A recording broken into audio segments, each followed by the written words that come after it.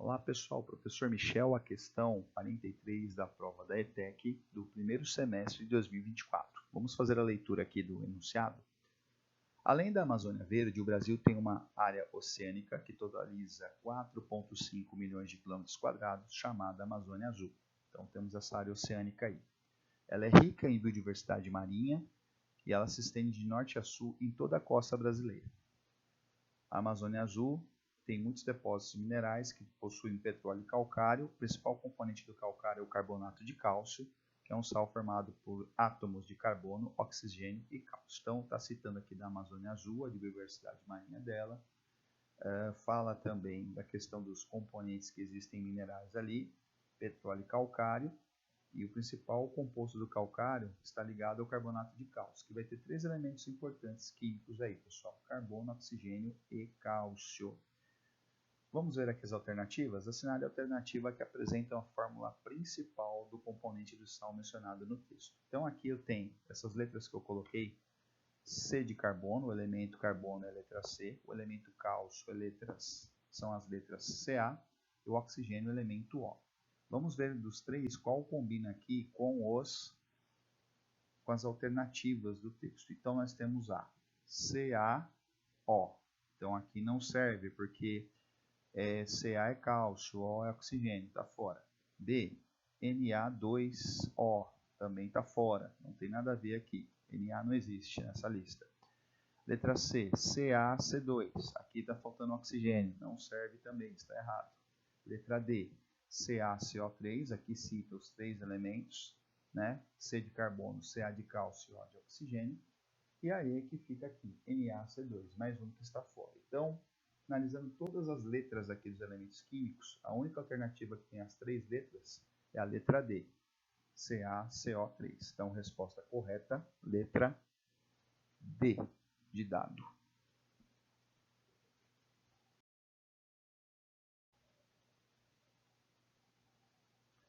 Seguindo aqui, pessoal, questão 44 fala o seguinte.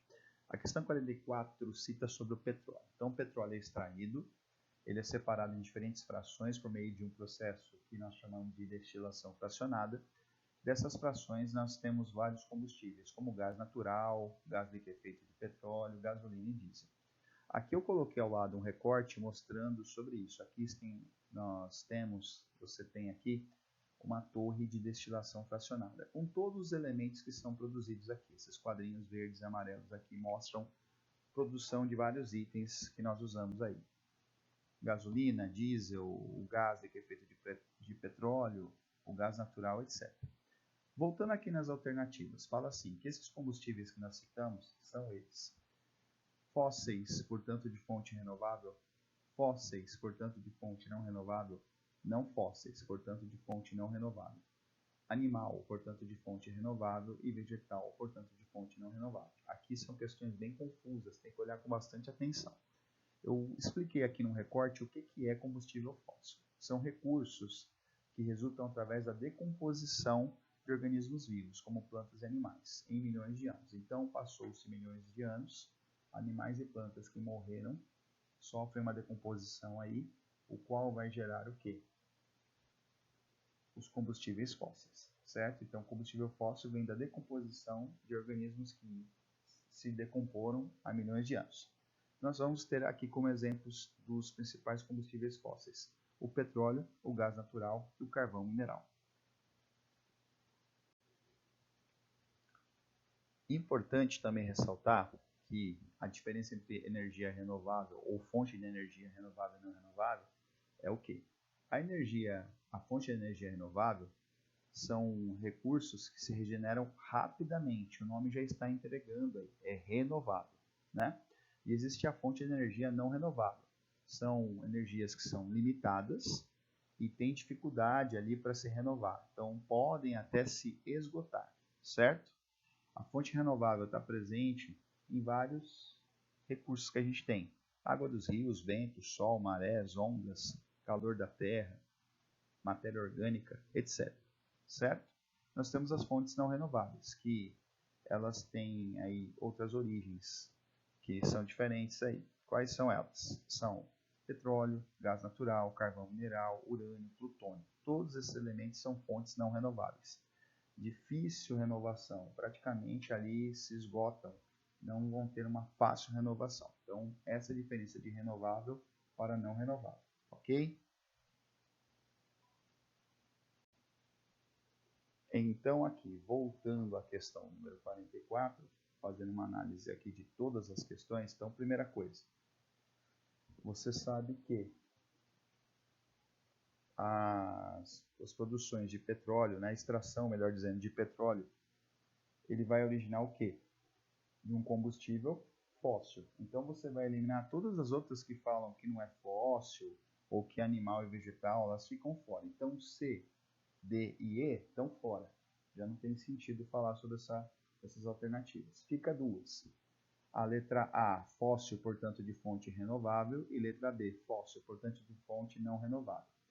A A não tem sentido, porque as fontes renováveis são energias dos ventos, energia das marés, energia de matéria orgânica. Não entra nessa questão, elas são fontes renováveis, elas sempre conseguem ter uma renovação, sempre conseguem ter uma maneira de termos novamente, rapidamente, essas fontes de energia fluindo. Quando é uma fonte não renovável, é uma grande dificuldade de se renovar. Fica bem difícil ter uma renovação dela. Elas estão praticamente aí se esgotando. Então, nesse caso do petróleo, é a letra B de bola. Ela é um combustível fóssil, ele é um combustível fóssil, mas ele é uma fonte não renovável. Grandes dificuldades de renovação, se esgotando praticamente. Então, resposta, letra B de bola.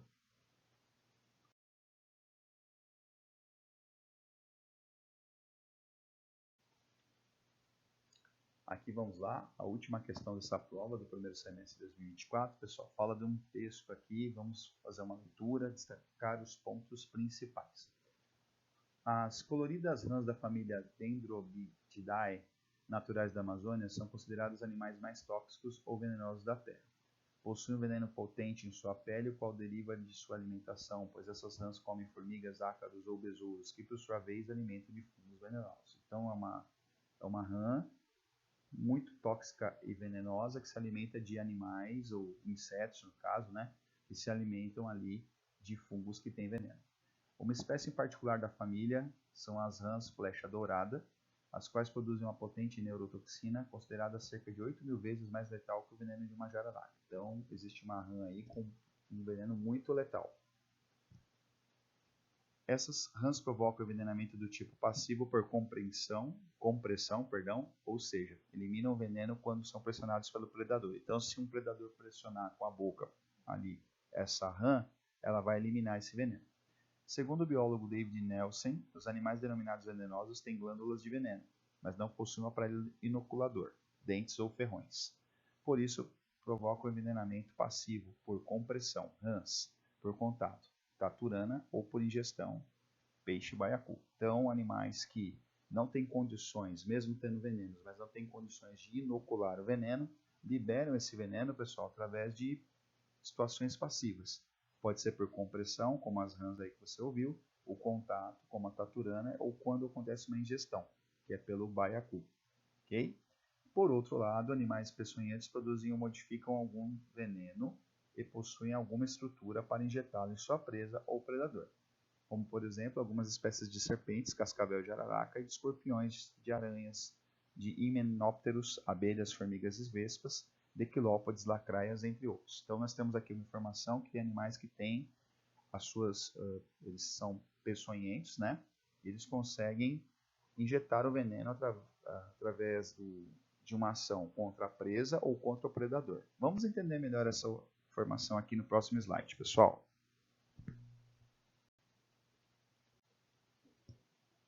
Para facilitar, eu fiz alguns recortes aqui. Em especial, o último parágrafo do texto fala sobre peçonhas e peçonhentos. Vamos entender isso aqui. Então, a peçonha é a substância tóxica produzida pelos animais e é injetada em presas ou em predadores. Então, você tem a peçonha, o animal tem a peçonha, que é uma substância tóxica, que o animal pode injetar numa presa ou no predador, certo? Como é que essa peçonha é injetada? Através dos dentes do animal, dos ferrões, aguilhões, entre outros, certo? A peçonha é usada como mecanismo de defesa ou para capturar presas. Então, essa é a função da peçonha. As peçonhas são substâncias tóxicas que são injetadas por ferrões, aguilhões e também por dentes, ok? Existem os animais peçonhentos, são animais que produzem peçonha, que é o veneno, certo? Tem a capacidade de injetá-la em presas ou predadores. Então, você tem o seguinte, peçonha é a substância que o animal produz, que é o veneno, peçonha e veneno é a mesma coisa, e o animal peçonhento consegue injetar esta peçonha, este veneno, numa presa ou num predador, através dos seus dentes, dos seus aguilhões ou dos seus ferrões, ok? Vamos ler as alternativas para entender, pessoal? A. Qualquer animal que usa toxinas para se defender ou para subjugar uma presa possui, subjugar é dominar, tá? Então, dominar uma presa possui, além de glândulas de veneno, estruturas especializadas como dentes e ferrões. Ok? Vamos ver a próxima. B. Animais venenosos como o peixe baiacu são incapazes de injetar toxina, mas podem causar envenenamento ao serem ingeridos por seus predadores. C. Algumas serpentes, como a cascavel e a jararaca, não são animais peçonhentos, pois produzem ou modificam algum veneno e não possuem estruturas inoculadoras. D. As rãs da família Dendrocybdae são venenosas porque produzem potentes toxinas que são inoculadas nos predadores por meio de ferrões ou ao serem pressionadas. E. As aranhas e escorpiões são animais peçonhentos porque, quando pressionados ou atacados, eliminam passivamente por contato substâncias tóxicas sobre suas presas. Então vamos lá, pessoal. Aqui tem que ler o texto com atenção para não ter dúvidas. A alternativa A fala que qualquer animal usa toxinas para se defender ou dominar uma presa, além de glândula de veneno. Então, qualquer animal vai ter toxina venenosa? Não, né? Então, essa aqui está fora. B. Animais venenosos, como o peixe baiacu, não conseguem injetar toxina. Ele não tem nenhuma estrutura para poder injetar toxina. Mas ele pode causar envenenamento quando ele é ingerido. Essa aqui tem forte tendência a ser uma correta. Vamos ver as outras. O baiacu, ele é um animal que só vai liberar veneno se ele for ingerido, se ele for pressionado, como alguns outros que tem aí, as rãs, por exemplo. Então, essa aqui tem chance de ser a correta. Vamos ver a próxima. C. Algumas serpentes, como a cascavel e a jararaca, não são peçonhentos, pois produzem ou modificam algum veneno. Não possuem estruturas inoculadoras. Aqui ele está falando que a cascavel e a jararaca não tem estrutura de inoculação. Ela tem estrutura que inocula o veneno. Está errado. A D fala que as rãs produzem uma toxina que é potente, que são inoculadas por meio de ferrões. Rãs não têm ferrões, então isso aqui está errado. E aí as aranhas e escorpiões são animais peçonhentos que, quando são atacados ou pressionados, eliminam por contato, passivamente por contato, estruturas tóxicas ou substâncias tóxicas. Não tem sentido. A aranha e escorpião não faz isso por maneira passiva, mas sim quando eles conseguem ali, precisam atacar a presa, eles vão com o aguilhão, no caso do escorpião, ou a aranha também usa suas formas de injetar o veneno. Então, nesse caso aqui, a resposta correta é a letra B. Falar sobre o baiacu, que ele libera o veneno de uma maneira passiva quando ele é ingerido. Ok? Essa é a resposta correta. Letra B.